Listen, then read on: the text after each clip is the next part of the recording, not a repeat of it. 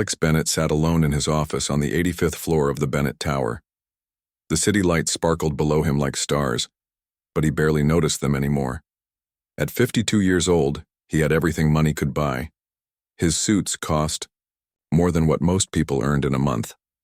His watch collection was worth millions. He owned homes in 7 countries. His private jet waited for him at all times. But tonight, like most nights, he worked late while the rest of the world went home to their families. The phone on his desk buzzed. His assistant's voice came through the speaker. "Mr. Bennett, the Tokyo deal is finalized. The papers just came through." "Good," Alex said. He should have felt happy. This deal would add another $300 million to his already massive fortune. Instead, he felt nothing. Just the same emptiness that had been his constant companion for 30 years. "Is there anything else?" "Your dinner reservation is in 45 minutes, his assistant reminded him. Alex sighed. The dinner. Another business meeting disguised as a social event. He had forgotten about it completely. Cancel it. Tell them something came up. "But sir, this is the 3rd time you've canceled on the Morgan Group. They've flown in specifically to meet with you." Alex closed his eyes. He knew his assistant was right. "Fine. Have my car ready in 15 minutes. He turned back to the floor-to-ceiling windows. His reflection stared back at him. Perfect gray hair, perfect suit, perfect empty life. The financial magazines called him the lone wolf of Wall Street. Business competitors feared him. Potential partners respected him. Women pursued him for his money and power. But no one really knew him. He had made sure of that. 30 years ago, when he was 22 and just starting out, Alex had loved someone. Her name was Catherine. They had met in college and planned a future together. He had been poor then, working 3 jobs while trying to start his first business. Catherine had promised to stand by him through the hard times. "When you make it big," she had told him, "we'll look back at these days and laugh." But she hadn't stood by him. The day his first business deal fell apart, and he lost everything, she left him for someone with more security, someone with money. "I can't live like this, Alex," were her last words to him. "I need stability. I need someone who isn't chasing impossible dreams." That night, as he sat in his empty apartment with an eviction notice on the table, Alex made himself a promise. He would never let anyone close enough to hurt him again, and he would become so successful that he would never need anyone. He had kept both promises. The car ride to the restaurant took 20 minutes. Alex spent it reviewing notes on his phone about the people he would be meeting. John Morgan and his team wanted to partner with Bennett Enterprises on a new development project. The deal made financial sense, but Alex wasn't sure he wanted new partners. Partners complicated things. They had opinions and feelings that got in the way of clear business decisions. The restaurant was one of the most expensive in the city, the kind of place where you needed reservations months in advance unless you were someone like Alex Bennett. The host recognized him immediately. "Mr. Bennett, your guests are already seated. Please follow me." As Alex walked through the restaurant, people noticed him. They always did. Some tried to catch his eye, hoping for a moment of connection with one of the richest men in America. Alex kept his eyes forward, his face showing nothing. The dinner went exactly as hundreds of dinners before. It had gone: handshakes, small talk, business discussion. Wine that cost $1,000 a bottle but tasted like every other wine to Alex. He said the right things at the right times. He smiled when it was expected. He agreed to consider the partnership and have his team follow. Up 2 hours later, he was finally free. Instead of going straight home, Alex told his driver to stop at a small park near the water. It was almost midnight, and the park was empty. Alex loosened his tie and sat on a bench overlooking the bay. The cool night air felt good after the stuffy restaurant. His phone buzzed with a message from Howard, his CFO and the closest thing he had to a friend. "Deal looks good on paper. Morgan's financials check out. Green light?" Alex didn't respond. Right away. The deal did look good. The numbers made sense.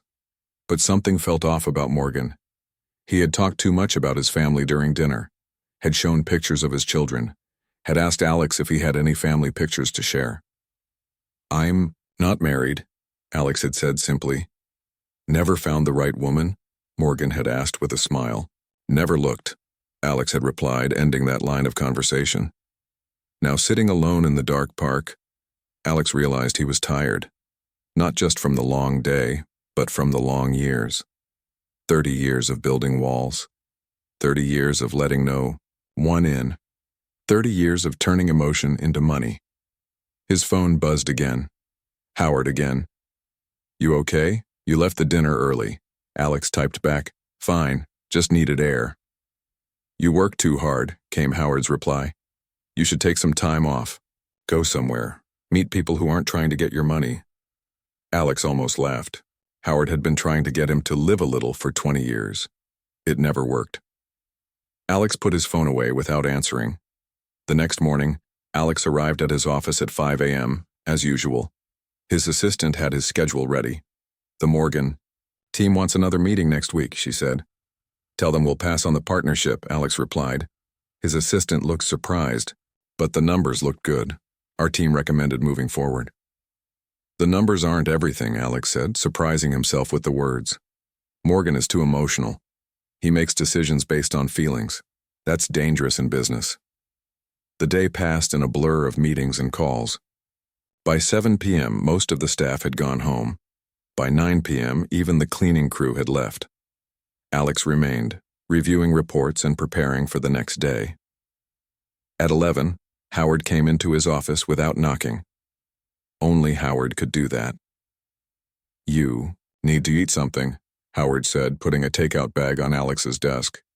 "And you need to tell me why you killed the Morgan deal." Alex pushed the food aside. "I told you, he's too emotional." Howard sat down across from him. "That's not a business reason, and you know it. What's really going on?" Alex looked at his oldest colleague. Howard had been with him for 20 years, had seen the empire grow, had never asked about Alex's personal life before. "Nothing's going on," Alex said. "I made a business decision." Howard shook his head. "The board meets tomorrow. They're going to ask about Morgan.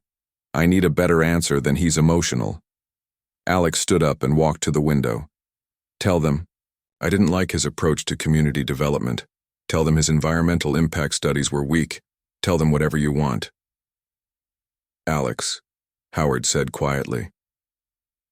"When was the last time you did something that wasn't work? When was the last time you had fun?" Alex didn't answer. He couldn't remember. "The executive team is going to Sullivan's after the board meeting tomorrow," Howard continued. "It's Pete's birthday. You should come." "Sullivan's? The bar?" Alex frowned. "That's not our usual place." "Exactly," Howard said. "It's normal. It's where regular people go. Just come for one drink. 1 hour of your life not spent in this tower." Alex wanted to say no. He always said no to these invitations. But something about the way Howard looked at him, with concern rather than the usual professional respect, made him hesitate. "Fine," he said finally. "One drink, 1 hour." Howard looked surprised, but pleased. "Great. I'll have the car pick you up after the meeting." After Howard left, Alex returned to his desk. He had no idea that his agreement to have one drink at a regular bar would change everything. He had no idea that in less than 24 hours, he would meet someone who would make him question the walls he had spent 30 years building. Someone who would see through his money and power to the lonely man underneath. Someone who would offer him the one thing his billions couldn't buy, a chance to feel again. The board meeting ran longer than expected. By the time it finished, Alex was in a bad mood. The board members had questioned his decision to reject the Morgan partnership. He had given them the reasons Howard suggested, concerns about environmental impact and community development, but several board members remained unhappy. Alex didn't care. It was still his company, his decision. When Alex finally walked out of the meeting room, Howard was waiting for him. "Ready for that drink?" Howard asked, smiling. Alex checked his watch. It was already 8 in the evening. "I should get back to work. There's the Singapore proposal to review." "It can wait until tomorrow," Howard said firmly. "The team is already at Sullivan's. Pete will be disappointed if you don't show up. 1 hour, remember?" Alex sighed. He had given his word. And if there was one thing Alex Bennett never did, it was break his word. Even for something as small as a drink at a bar. Fine, 1 hour. The car dropped them off in front of Sullivan's, a place Alex would never have entered on his own. It wasn't fancy or exclusive. It was just a nice bar where regular people went after work. Through the windows, Alex could see it was busy, but not packed. There was live music, a woman with a guitar playing softly in the corner. Inside, the executive team had taken over a large table. They looked surprised when Alex walked in with Howard. Pete, the birthday boy and Alex's head of international development, actually stood up in shock. "Mr. Bennett, you came," Pete exclaimed, clearly having had a few drinks already. "Happy birthday, Pete," Alex said, forcing a small smile. "And it's Alex tonight, not Mr. Bennett." The team made room for him and Howard. Alex sat stiffly, feeling out of place despite his expensive suit, or perhaps because of it. Everyone else was in casual clothes or had at least loosened their ties and rolled up their sleeves. Alex remained perfectly put together, his tie tight, his jacket buttoned. "What can I get you?" a server asked, approaching their table. Alex looked up to order his usual scotch, but the words died in his mouth. The server was a woman about 35, years old, with warm brown eyes and dark hair pulled back in a simple ponytail. She wasn't what most people would call stunning, but there was something about her face that caught Alex's attention. She looked tired but somehow still full of life, with laugh lines around her eyes and a natural smile that seemed genuine. "Sir?" she prompted when Alex didn't speak. "Scotch," he finally said. "Neat. Any preference on the brand?" she asked. "We have Macallan 18 as our premium option." Alex nodded. "That's fine." The woman, Lily, according to her name tag, took the rest of the table's orders and left. Alex found his eyes following her as she moved through the bar.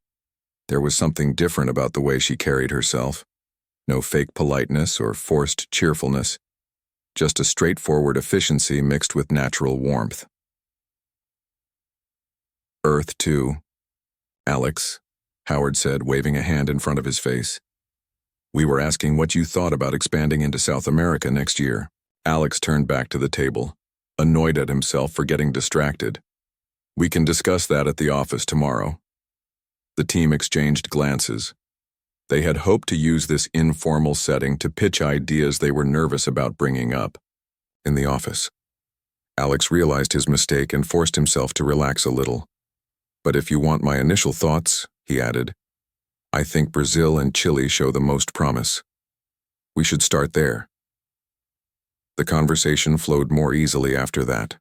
Alex found himself actually listening to his team talk about their lives outside work, something he usually avoided. Pete was planning a trip to Italy with his wife for their anniversary. Howard's daughter had just been accepted to medical school. Simon, the marketing director, was training for a marathon. When Lily returned with their drinks, she carefully set Alex's scotch in front of him. But as she turned to serve Howard, her elbow bumped a chair and she lost her balance. The scotch spilled directly onto Alex's lap, the amber liquid quickly soaking into his $1,000 suit pants. The table went silent. Everyone stared in horror, waiting for Alex's reaction. Alex Bennett was known for firing people for much smaller mistakes. "I am so sorry," Lily said, grabbing napkins and offering them to Alex. Her face showed genuine concern, but not the terror most people would feel after spilling a drink on one of the richest men in the country. "Let me get you more napkins and a new drink right away." Alex surprised everyone, including himself, by laughing. A short, rusty sound, but definitely a laugh. "It's just a suit," he said, taking the napkins from her. "And maybe it's a sign I should switch to water anyway." Lily smiled with relief. "Water coming right up, and I'll bring another scotch too, on the house." "No need," Alex said. "Water is fine." When Lily left, the entire table stared at Alex as if he had grown a second head. No one had ever seen him laugh off a mishap before. No one had ever heard him say it's just a suit about his custom-made clothing. "Are you feeling okay?" Howard asked quietly. "I'm fine," Alex said, dabbing at his pants with the napkins. "It was an accident." When Lily returned with his water, Alex found himself looking at her more closely. "Have you worked here long?" he asked, surprising himself again. He never made small talk with servers. "About 3 years," she replied. "It helps pay for my graduate studies." "What are you studying?" The question came out before Alex could stop himself. "Environmental science with a focus on sustainable urban development," Lily said. There was a flash of passion in her eyes as she mentioned her field. "I'm trying to find ways to make cities grow without destroying the natural environment." Alex raised an eyebrow. "Interesting. My company is involved in urban development." "Bennett Enterprises," Lily nodded. "I know. You're building that new complex on the west side." Something in her tone made Alex think she didn't approve. "You don't sound impressed?" Lily hesitated, then shrugged. "It's not my place to comment on your business." "But if it was?" Alex pressed, curious about her opinion in a way he couldn't explain. "If it was," Lily said carefully, "I'd say that clearing those wetlands was a missed opportunity to showcase how development and environmental preservation can work together." She glanced at the table, suddenly remembering she was talking to a group of executives. "I should get back to work. Let me know if you need anything else."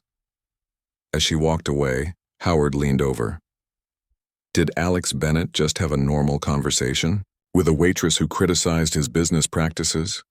Alex ignored him, watching Lily move through the bar. She greeted regulars by name, laughed with the bartender, and helped an elderly couple find a quieter table. There was no pretense about her, no agenda, just a woman doing her job while working toward her goals. For the first time in years, Alex felt a spark of genuine interest in another person. Not as a business contact or an employee, but as a human being. He wondered what Lily would say about his other development projects. He wondered what solutions she might propose for the wetlands issue. The hour he had promised to stay stretched to 2. The team was shocked but pleased by his unexpected sociability. When they finally decided to leave, Alex lingered, telling Howard he would get his own ride home. "Is there something else you need, Mr. Bennett?" Lily asked when she noticed him still at the table after everyone else had gone. "Alex," he corrected her. "And yes, actually. I'd like to hear more about your ideas on sustainable urban development, specifically regarding the West Side project." Lily looked surprised. "Right now? If you have time when your shift ends," Alex said. He pulled out a business card and wrote his personal number on the back. "Or whenever is convenient for you. I'm interested in your perspective." Lily took the card cautiously. "Why?" It was a simple question, but it caught Alex off guard. No one asked him why anymore. They just did what he requested. "Because you see things differently," he said honestly. "And maybe there's value in that." Lily studied him for a moment as if trying to figure out his real motive. "My shift ends at 11. I could spare 15 minutes after that." Alex nodded. "I'll wait." As Lily went back to work, Alex sat alone with his water, wondering what had gotten into him. In the space of one evening, he had laughed off a ruined suit, engaged in personal conversation with his executives, and now was waiting around a bar to talk to a waitress about wetlands preservation. None of it made sense. Yet as he watched Lily move through the bar with quiet confidence, Alex felt something he hadn't experienced in 30 years. Curiosity about another person. And with that curiosity came something even more dangerous. A tiny crack in the walls he had built around his heart. Alex checked his watch for the 10th time. It was 11:05 p.m. Lily's shift had officially ended 5 minutes ago. He sat at a small table in the corner of Sullivan's, feeling strangely nervous. The bar was quieter now, with only a few customers remaining. The woman with the guitar had packed up and left. Alex had switched back to scotch and nursed his drink slowly. "Sorry to keep you waiting," Lily said, appearing beside his table. She had changed out of her work uniform into jeans and a simple blue sweater. Her hair was down now, falling in soft waves around her shoulders. "I had to help close out the register." "No problem," Alex said, gesturing to the chair across from him. "Thank you for making time."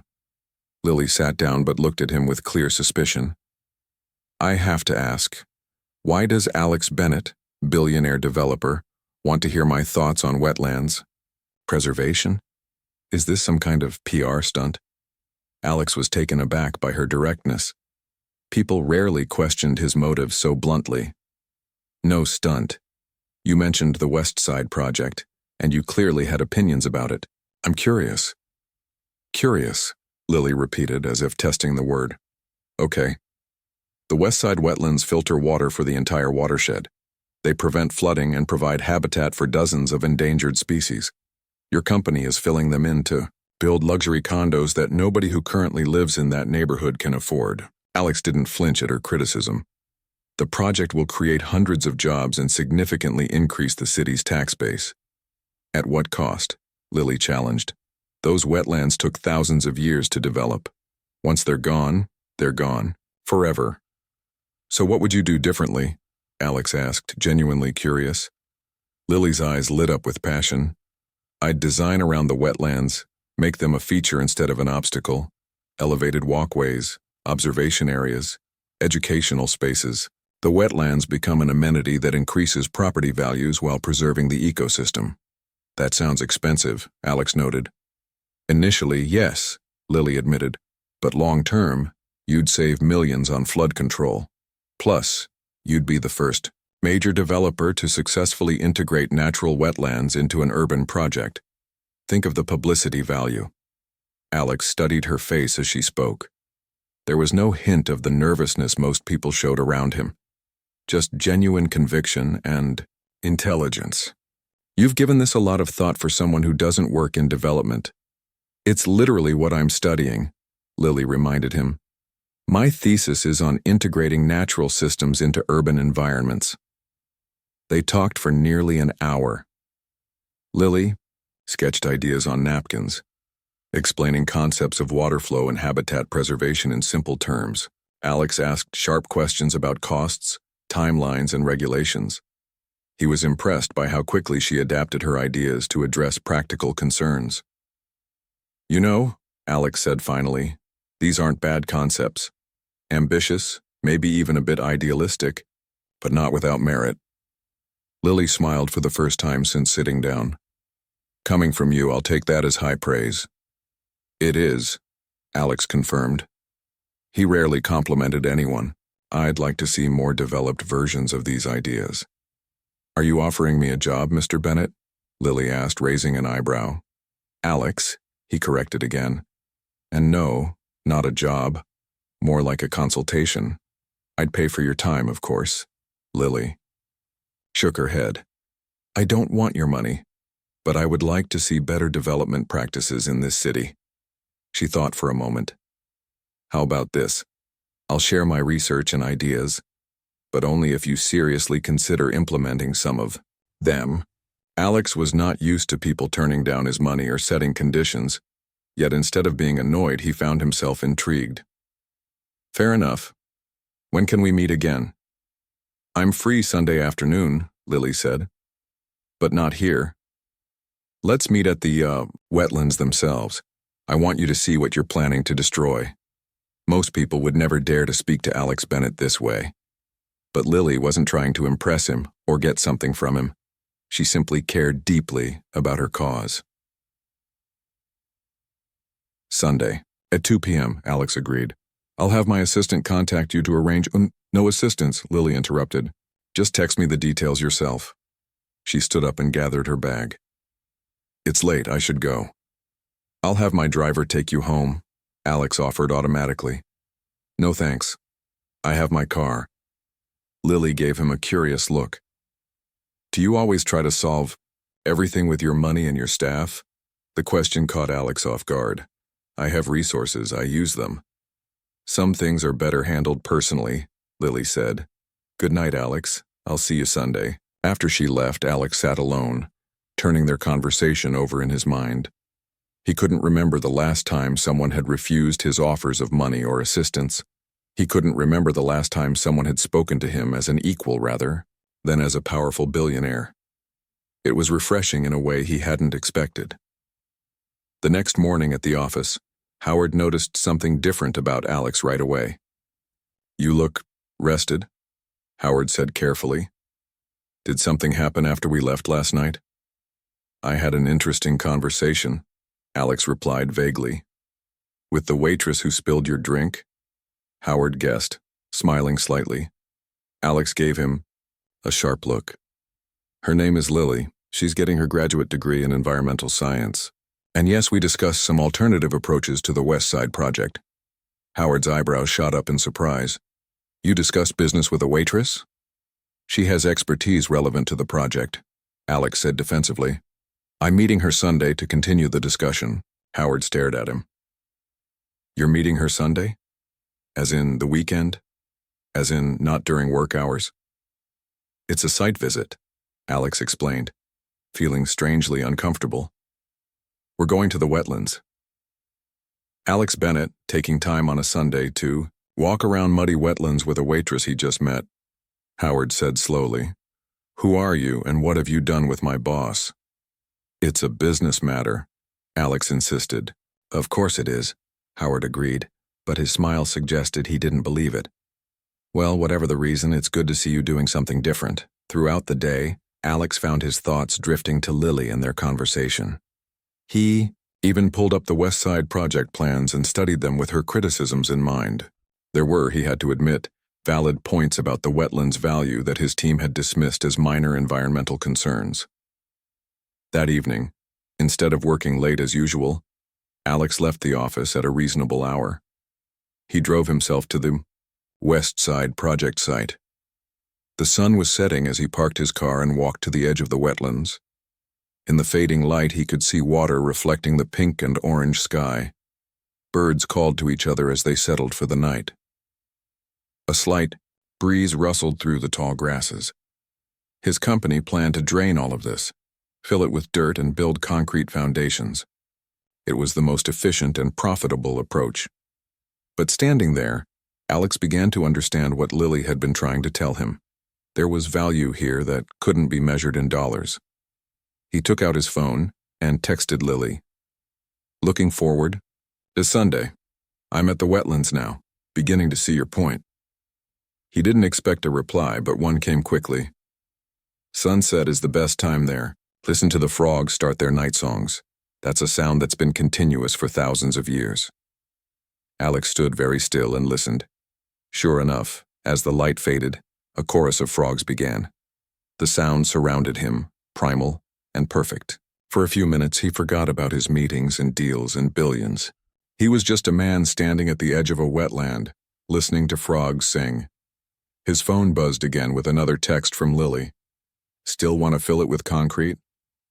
Alex found himself smiling as he typed back, "Let's discuss alternatives on Sunday." Driving home, Alex realized it had been years since he had taken time to simply appreciate something beautiful. Years since he had changed his plans based on someone else's perspective. Years since he had looked forward to a weekend. All because a waitress had spilled a drink on him and then dared to challenge his thinking. All because, for the first time in 30 years, he had let someone's words matter to him. The crack in his walls was getting wider. Sunday arrived with clear skies and mild weather. Alex woke early, as he always did, but instead of immediately checking his emails, he found himself thinking about the upcoming meeting with Lily. He had never been nervous about a business meeting before, but this felt different somehow. He told himself it was just because they would be outdoors instead of in a conference room. It had nothing to do with Lily herself. Alex chose clothes carefully, jeans and a sweater instead of his usual suit. He couldn't remember the last time he'd worn jeans.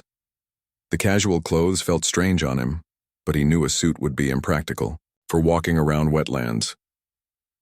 At 1:30 p.m., he drove himself to the meeting spot at the edge of the wetlands. He was always early for appointments. Being punctual was a sign of respect, his father had taught him long ago. He parked his car, an expensive but not flashy model, and waited. At exactly 2 p.m., a small blue car pulled up next to his. Lily stepped out, dressed in hiking boots, jeans, and a light jacket. She carried a backpack and seemed surprised to see Alex already waiting.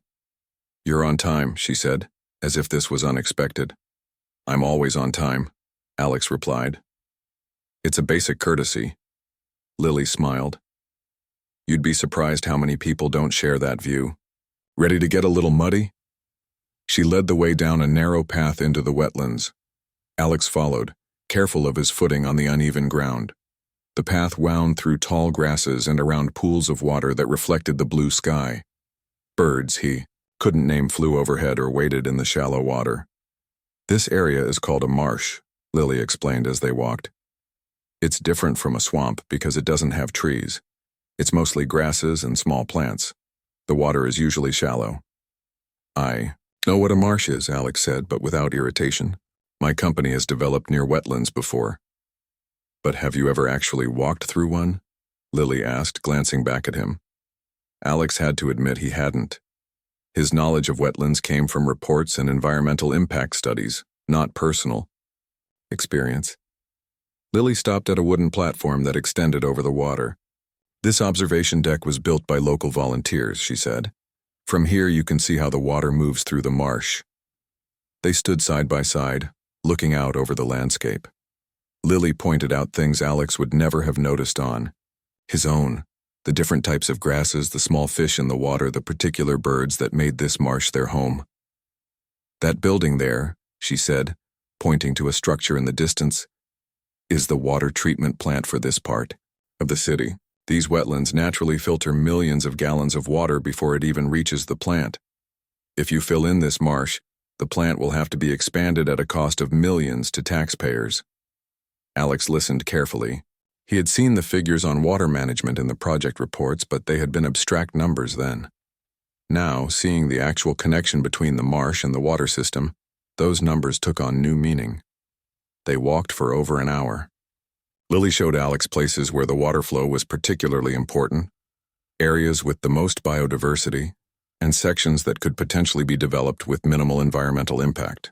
If you built here, here, and here, she said, marking spots on a map she pulled from her backpack, and left these areas intact, you could still create a significant development while preserving the most critical wetland functions. Alex studied the map. The buildings would need to be taller to get the same square footage on less land. Yes, Lily agreed, but you could market them as eco-friendly luxury apartments with wetland views, charge a premium for being the first truly sustainable luxury development in the city. Her business thinking surprised him. You understand the financial side better than I expected. Lily gave him a look. Just because I care about the environment doesn't mean I don't understand business. The two aren't mutually exclusive. They continued walking, with Lily explaining her vision for how the development could work with the natural environment instead of against it. Alex found himself asking more questions, not to challenge her ideas, but because he was genuinely interested. As they walked back toward their cars, Alex said, "Your ideas have merit. I'd like my design team to look at them more seriously." Lily stopped walking and turned to face him. "Are you serious? You'd actually consider changing your plans?" "I'm always serious about business," Alex said, "and these wetlands are more valuable than I realized, both environmentally and potentially financially." Lily's face lit up with a genuine smile that caught Alex off guard. He felt an unexpected warmth in his chest at the sight. "That's wonderful," she exclaimed. "I honestly didn't think you'd listen. Most developers don't." "I'm not most developers," Alex said simply. "No," Lily agreed, studying his face. "You're not. Thank you for coming today, for really looking and listening." They reached their cars, and an awkward silence fell between them.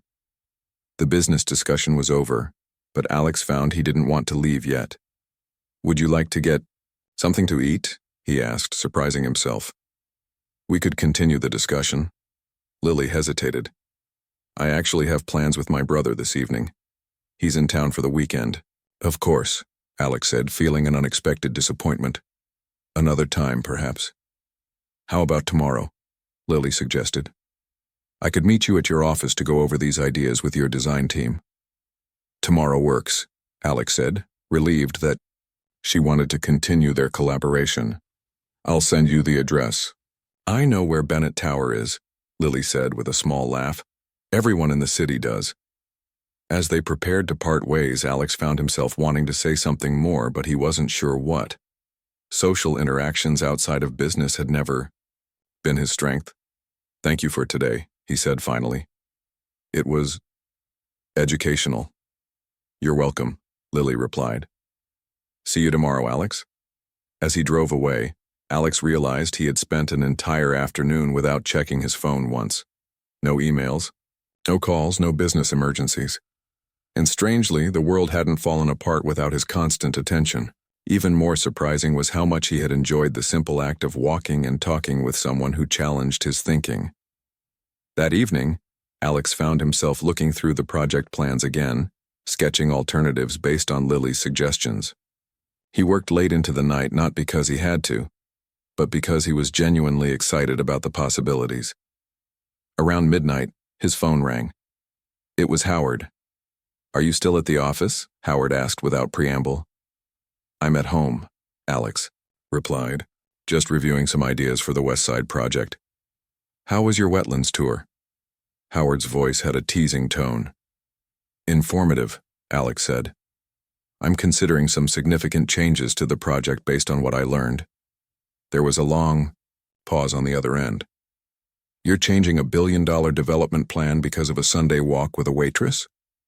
"She's an environmental scientist," Alex corrected, feeling defensive. "And the changes make good business sense." "Alex," Howard said carefully, "I've known you for 20 years. You've never changed your mind about a project once it was in motion. You've never taken advice from anyone outside the company. And you've certainly never spent a Sunday afternoon walking through mud. What's going on?" "Nothing is going on," Alex insisted. "I received new information and I'm adjusting the plan accordingly. That's good business."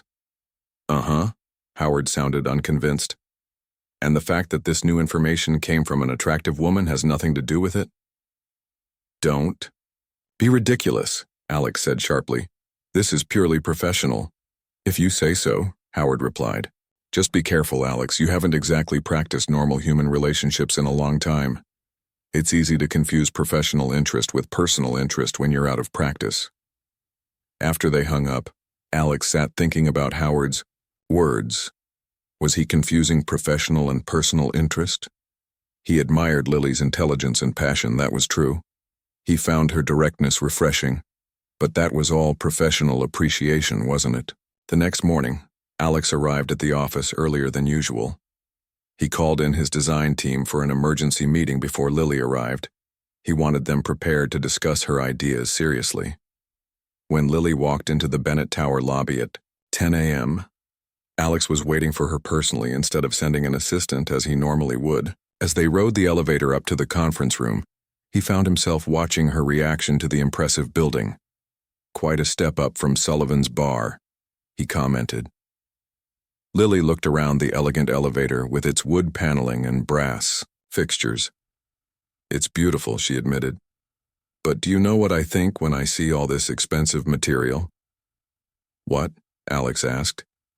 "I wonder how many trees were cut down to make these panels, and whether they came from sustainable forests." She gave him a small smile to soften the criticism. "Occupational hazard of being an environmental scientist. I always see the resource cost behind beautiful things." As the elevator doors opened onto the executive floor, Alex found himself thinking that Lily saw the world very differently than he did.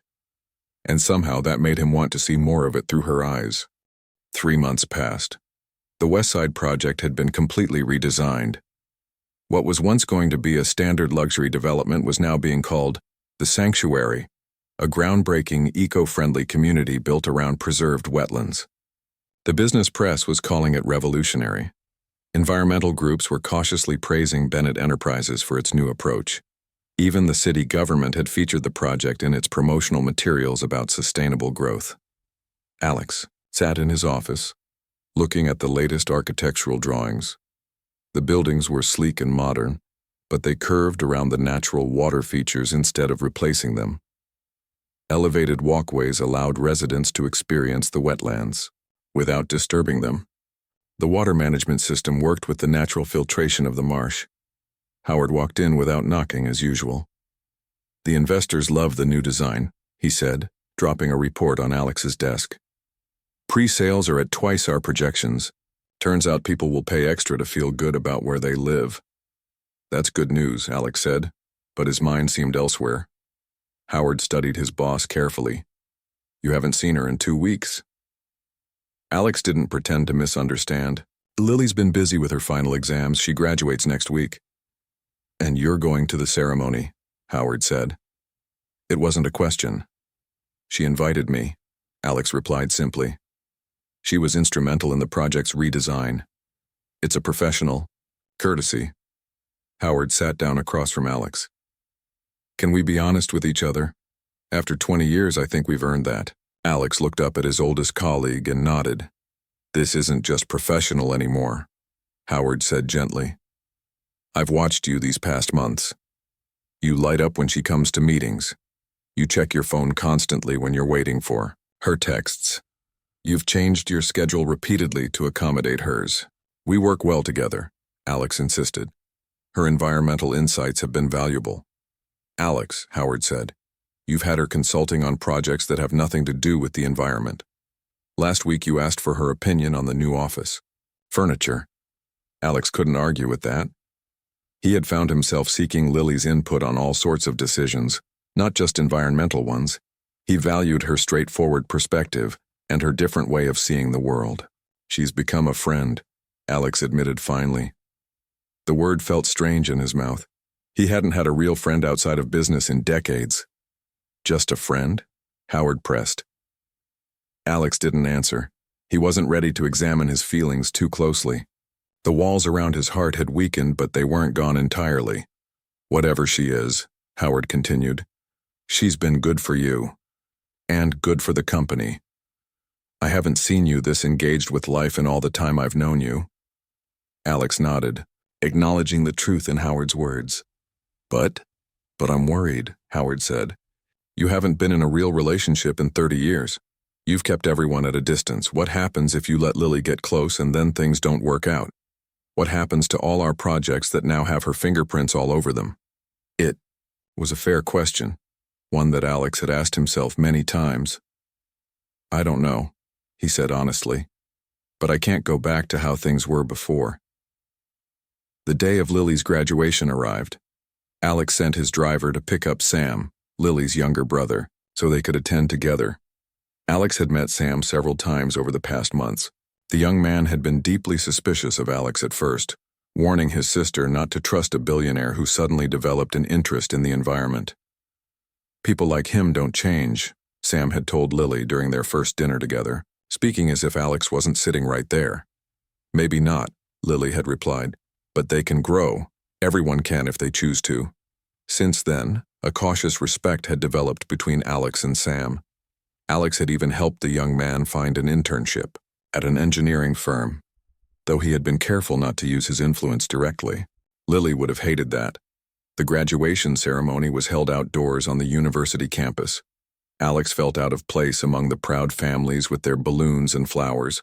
He had brought Lily a simple gift, a fountain pen made from sustainably harvested wood. It seemed appropriate for someone starting a new chapter in life. When Lily's name was called and she walked across the stage to receive her diploma, Alex felt an unexpected surge of pride. She had worked so hard for this moment, balancing her studies with her job at the bar and her consulting work for his company. After the ceremony, they found her in the crowd. She was radiant in her cap and gown, her face glowing with accomplishment. Congratulations, Dr. Mason, Alex said, using her new title with a smile. Not quite a doctor yet, Lily laughed. Just a master's degree, the PhD is next. I'm so proud of you, Sam said, hugging his sister tightly. Alex handed her the small wrapped package. A small token to mark the occasion. Lily opened it carefully. When she saw the pen, her eyes softened. It's beautiful. Thank you, Alex. Read the inscription, he said quietly. She turned the pen over and read the words engraved on the side. To new beginnings and better ways forward. Their eyes met, and something passed between them that went beyond professional respect or even friendship. For a moment, Alex felt the last of his walls threatening to crumble completely. The moment was broken by Sam announcing they had dinner reservations to celebrate. Alex had arranged it at one of the best restaurants in the city, but he had been careful to book it in Lily's name, not his. He had learned that she didn't like special treatment because of his connections. At dinner, they talked about Lily's future plans. She had received several job offers, including one from an environmental consulting firm that worked with major developers. They were very impressed by the sanctuary project, she told Alex. Apparently, making Bennett Enterprises change its approach is quite a feat. You didn't make me change, Alex corrected her. You showed me a better way, and I chose to take it. Later that evening, after Sam had gone home, Alex and Lily walked through the city park. The night was warm and stars peeked through the urban glow above them. I have something to ask you, Alex said as they sat on a bench overlooking a small pond. My company is creating a new position, Director of Sustainable Development. The role would involve reviewing all our projects for environmental impact and helping design more sustainable approaches. Like what we did with the sanctuary, Lily nodded. Exactly, Alex confirmed. I'd like to offer you the position. Lily was quiet for a long moment. Why me? There are people with decades more experience. Because you see possibilities where others see obstacles, Alex said. Because you aren't afraid to tell me when I'm wrong. Because you understand both the environmental and business sides of development. Lily looked out at the water thinking. I'd need complete independence, the authority to reject projects that can't be made sustainable. You'd report directly to me, Alex said. No one could override your environmental assessments except me, and I promise I would only do so after hearing all your concerns. I'd want that in writing, Lily said with a small smile. Of course. Another silence fell between them, comfortable, but charged with unspoken thoughts. There's something else we should discuss, Lily finally said. Something that might complicate a working relationship. Alex's heart beat faster. What's that? These past few months, as we've worked together, I've started to feel... She paused, searching for the right words. I've started to care about you, not just as a colleague or friend. Alex took a deep breath. Part of him wanted to retreat, to rebuild the walls that had kept him safe for 30 years. But a stronger part, a part that had been awakening since the night Lily spilled a drink on him, wanted to take the risk. I feel the same way, he admitted, and it terrifies me. The great Alex Bennett afraid? Lily teased gently, but her eyes were serious. I haven't let anyone close in a very long time, Alex said. I'm not sure I remember how. Lily reached over and took his hand. Her touch was warm and steady. Maybe we could figure it out together, slowly. In that moment, under the stars with Lily's hand in his, Alex made a decision. The walls he had built after Catherine left him had served their purpose. They had protected him while he built his empire. But they had also kept out the very things that made life worth living. I'd like that, he said, squeezing her hand. But what about the job offer? Would it be too complicated? Probably, Lily admitted. But since when do you shy away from complex problems? We'll find a way to make it work, professionally and personally, one step at a time. As they sat together on the bench, Alex realized that his life had changed irrevocably in the past 3 months. His company was moving in a new, more sustainable direction. His personal walls were coming down. And for the first time in 30 years, he was letting someone into his heart. All because a waitress had spilled a drink on him and had the courage to tell a billionaire he was wrong. To new beginnings, Alex said softly, echoing the words on the pen he had given her. And better ways forward, Lily finished, leaning her head against his shoulder as they looked up at the stars together.